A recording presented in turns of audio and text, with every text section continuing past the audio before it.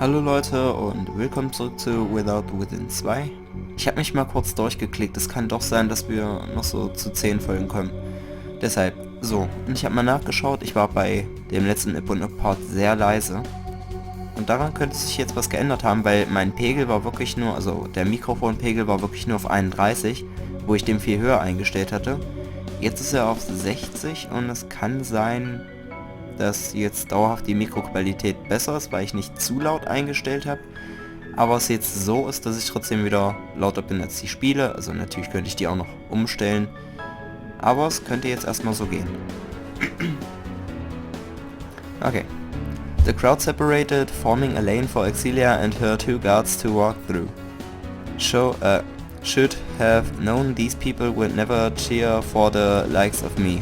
Having a side, I too joined in with the crowd. Okay, also als letztes, wir sind jetzt nun zum Event gegangen, Tag 2. Und dann waren wir fertig mit Zeichnen, haben uns ganz viel Mühe gegeben und alle haben angefangen zu applaudieren. Und wir dachten erst, oh wow, wir werden anerkannt, jetzt geht's los, unsere Karriere. Aber nein, Excelia kommt nur. Mit ihren üblichen Partikeln als Haustiere. Okay. The phone cameras clicked non-stop as the audience snapped pictures of Excelia. Her guards put up their hands, signaling the fans to stop, but they had no way of keeping them all under control. Excelia, Excelia, Excelia! The fans shouted over one another to try and get their idol's attention. Excelia, may I get a photo with you? Can you sign some autographs for my kids and 2 for me, of course? Ah, I can't believe I'm standing this close to Excelia. Mit dieser Hype. Heldenverehrung ist doch schwachsinnig. SpongeBob Insar. For some reason, this all sounded kind of familiar. The afternoon sun combined with Excelia's sparkle forced some of the fans to put on their sunglasses. As Excelia strutted by, the staff extended their hands to her. Excelia's guards shook their hands in her place, and the staff frowned like they had just lost the lottery by a number. One of the guards accidentally stomped onto my parchment as he marched by. Way to leave a footprint right in the middle of my work. The whole page now reeked of dirt and grass, so thanks. Several other calligraphers gasped as the guards trampled on their works as well. At least I had some company. Now all of our works looked like doodles from preschoolers. A third guard ran up to Excelia from behind, holding a roll of parchment nearby twice as high. This guard dashed on ahead and unrolled his parchment across the space those staff had reserved. The 3 guards formed a triangle around the parchment and stretched their arms out. Those staff had already set up barricades, but apparently the guards preferred to serve as human shields. Oh Mann. Nicht gähnen, Jan. Gähnen ist nicht gut. As Excelia walked up to the parchment, an event staff offered her a brush. Excelia shook her head to indicate there was no need. The audience began to whisper in anticipation, and I too held my breath as I prepared to witness Excelia's famous routine. Excelia reached inside her sleeve and pulled out a gold brush. There it was, just like the way she always did it on TV. The crowd let out a ooh, with a few muttering in envy under their breaths. From her other sleeve, Excelia fished out an ink container studded with diamonds. With gear like that, I almost wondered if she had some kind of allergy to plain black. Excelia's hair billowed in the afternoon breeze. The crowd felt quiet as she put down her container, opened the lid, and dipped her brush into the ink. On YouTube I had seen recordings of Excelia at work, but because they were filmed in secret, the footage always came out blurry. Which pixel is Excelia, as the comments always read.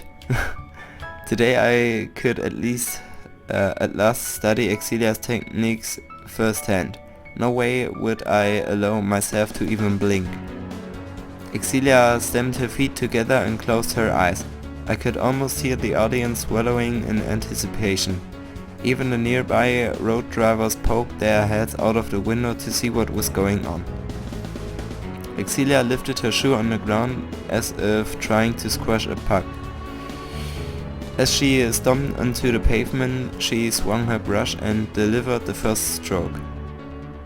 Never before I had seen such a smooth wrist motion.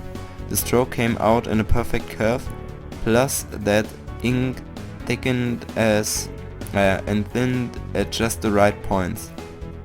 Not a single drop of stray ink on the page. One of the stuff covered her mouth as tears streamed down her cheeks. My works had made people laugh when they saw the screw-ups, but never before had they moved anyone to tears. All this time I had tried to convince myself that Excelia only reached her status through hype.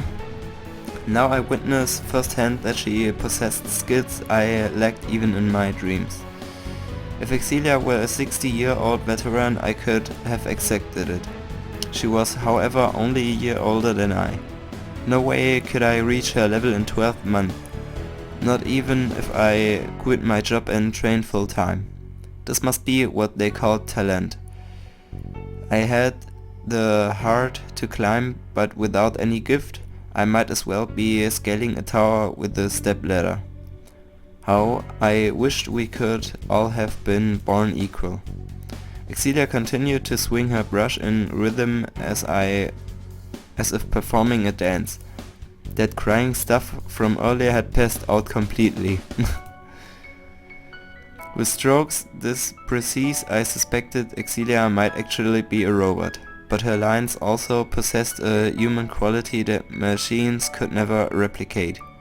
Another stuff with tears in her eyes picked up a mic from the table and spoke with her cracking voice. And now it brings me great pleasure to present the highlight video of Miss Excelia. The stuff pointed toward a widescreen standing on the top of a stage. We turned our attention to the display and waited for the film to roll. At such a young age, Excelia had already achieved enough to warrant a highlight video. No wonder why so many people envied her. Was, ein Highlight-Video kann man auch einfach machen, wenn man viel Content von einer Sache hat. Wie zum Beispiel, ich werde eins machen, wenn ich 365 Videos voll habe, das sind noch ca. 30 verbleibend. Und dann kommt mal so ein Jahresrückblick. What about my video? Getting trolled on the streets, being late for work, becoming a YouTube sensation. That last one sounded nice on the surface at least. Ja, YouTube sensation. Das will ich auch gern. The screen switched on, showing the top of Excelia's head. This footage was shaking so much that I wondered if the cameraman was a toddler. I could barely pick out anything in the video. The film stabilized after a few seconds and I saw some calligraphies painted along a brick wall behind Excelia. Ah, das sind die, wo wir lang gekommen sind. Na gut, das hier und das war aber nicht mehr zu sehen. This looked like Hosier Lane, one of the first places I had visited yesterday. In this video, however, those calligraphies on the wall had yet to be smeared. Ah ja, wurden noch nicht beschmiert. Excelia panted as she turned left and right, looking like she had just escaped from a stalker. The camera showed no one else in the scene though. Excelia's lips twisted into a grin that was seeping with venom. Her mouth opened and revealed a fanged tooth in the corner of her lips, so that explained why she never showed her teeth on TV. The viewers gasped as Excelia picked out a brush and smudged white ink all over the wall calligraphies. She painted with none of the grace she had shown in her live performance. In the footage she looked like me when I was scrubbing the restaurant toilets during work. Verdammt. Ich halte lieber mal die Flasche nebenbei offen bereit. Oh, das kennt man ja schon. So Excelia was the one who had wiped those calligraphies away. But why? Surely she could have left that dirty work to one of the staff here. Speaking of stuff, this footage left them all looking confused. Maybe they had put in the wrong tape, because this sure looked nothing like a highlight video. A female calligrapher marched up to the staff holding the mic. With a grunt, she yanked the mic out of the staff's hands. I'm the one who recorded this footage in secret and swapped out the disc, the calligrapher said.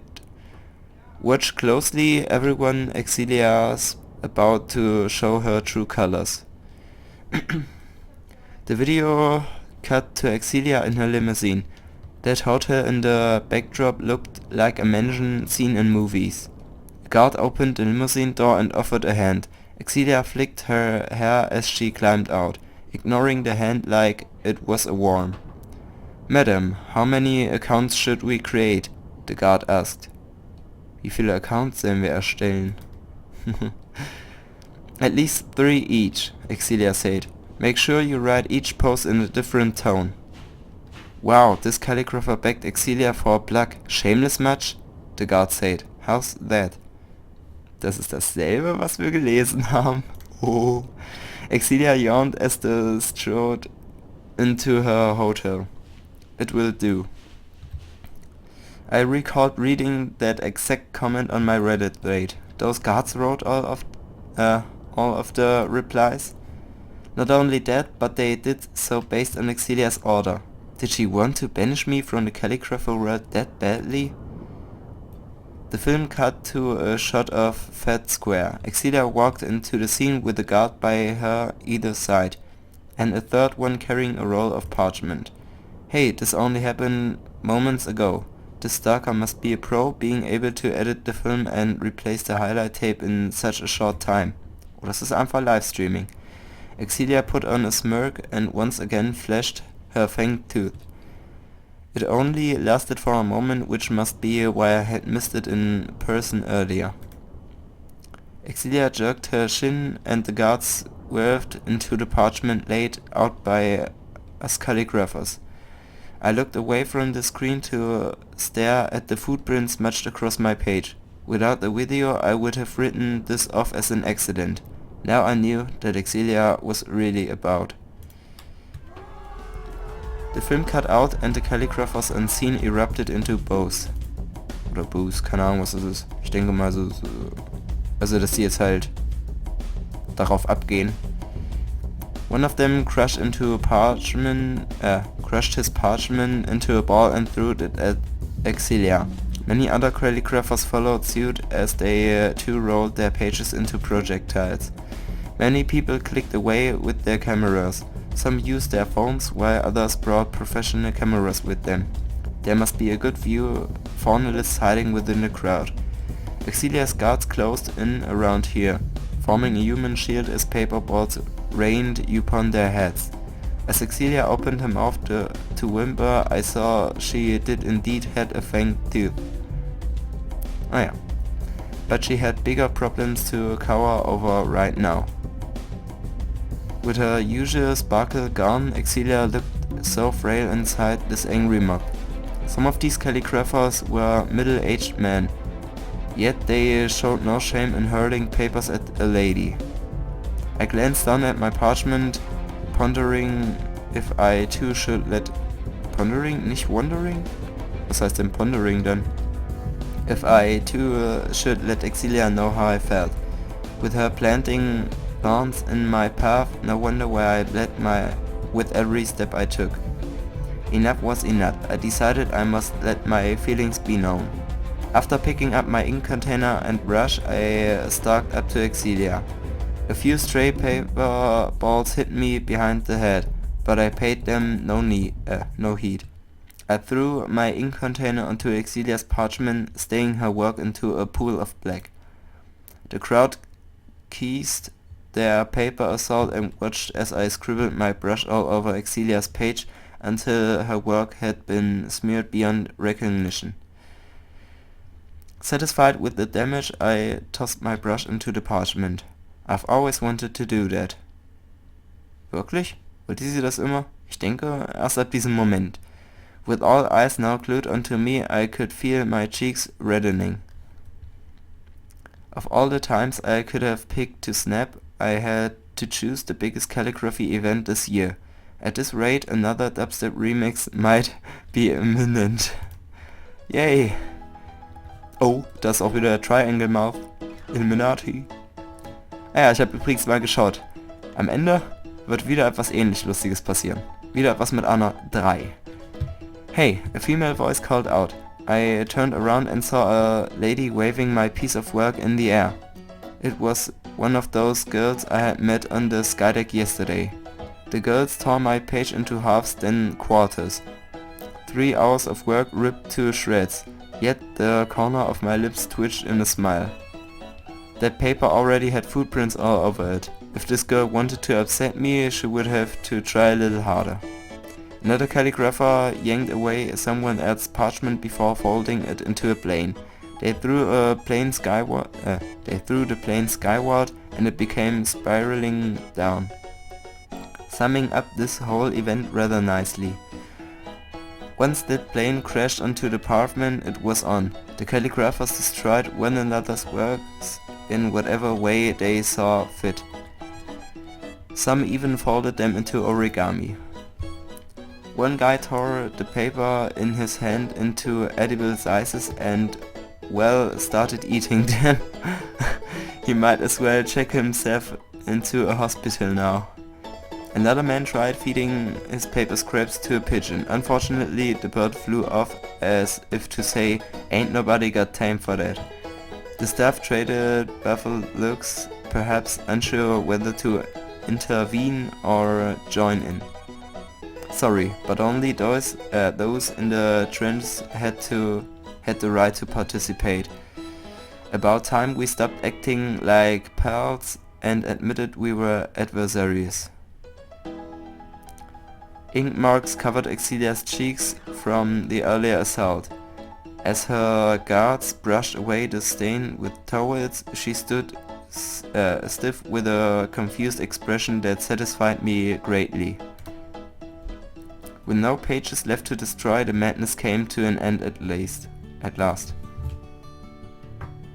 The maniac lather settled into awkward giggles followed by silence. I bet all the calligraphers here regretted their outburst to some level. One calligrapher picked up her bag and crossed the road to leave Fed Square. With that, everyone else started to follow. The autograph and question and answer sessions must be cancelled then. Even the staff started to pack away their equipment. Soon the entire crowd had dispersed. Torn scraps of paper littered the plaza, serving as the only evidence of this event ever taking place. The cleaner would probably drop by water and stick all of our names into voodoo dolls. I kind of started this whole thing, so let me be the one to apologize. Birds chirped as they continued to search for food scraps around Fed Square. Meanwhile, I gazed up to the sun. Up to see the sun had already begun its descent. Oh, seit langem mal wieder ein Video, aber ich glaube, das ist das letzte, oder? A large bell, am Ende.